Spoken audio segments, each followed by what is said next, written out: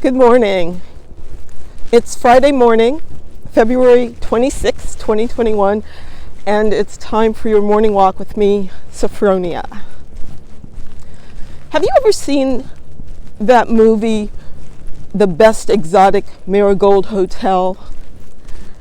It's the story of these British retirees who go off to India to live.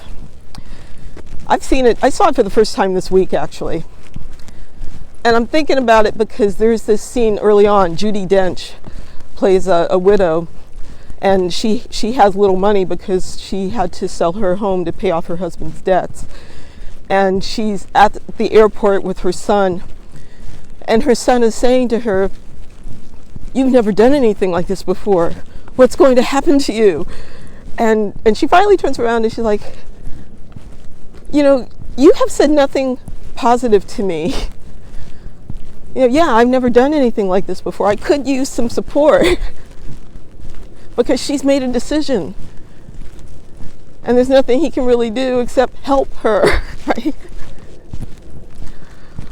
I'm thinking about this because it is admissions season for a lot of MFA programs. And as you know, I'm the director of the Alma College MFA in Creative Writing. And in my Twitter feed, I sometimes see people asking about MFAs, not directly to me, but just in general. They're thinking about it. I saw another email of, not an email, a Twitter post of someone lamenting not having enough time for her writing. And I saw a question about support. Well, do you have support in this? It's hard to support when the person hasn't made a decision yet. The decision has to come first.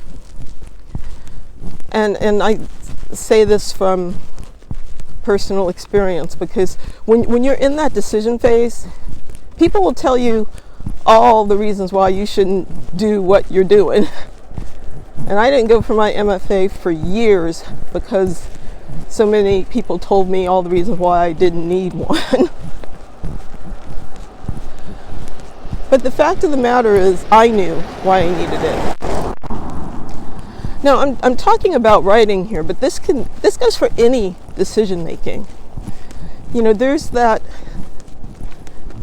saying that once you move, Providence moves with you, and all sorts of help shows up that you'd never expect. That comes from making a decision. Now, maybe it's easier, maybe Providence shows up because it's easier to support someone who you see what it is that they're trying to do. Now, how do you make a decision, right? Yes, you ask questions. Yes, you ask for input. But at the end of the day, you think about, why is this a question in the first place? What is going on inside of you? Only you can know that. And once you know the right thing, sometimes it helps to be able to have a place to speak it, like out into the ether, so to speak. I belong to an organization. I'll give it a shout out. It's called Women on Fire, and it was founded by a wonderful woman named Debbie Phillips. And in one of our meetings, we would have these tea parties in New York City. That was the first time where I was able to just speak out loud. I want X.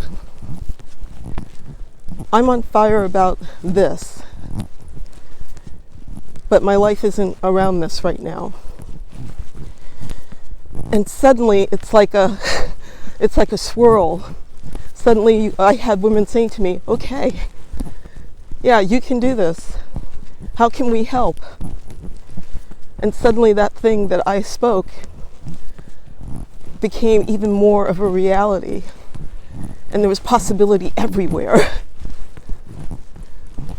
So if you have a decision to make about something that you want to do, really sit with it.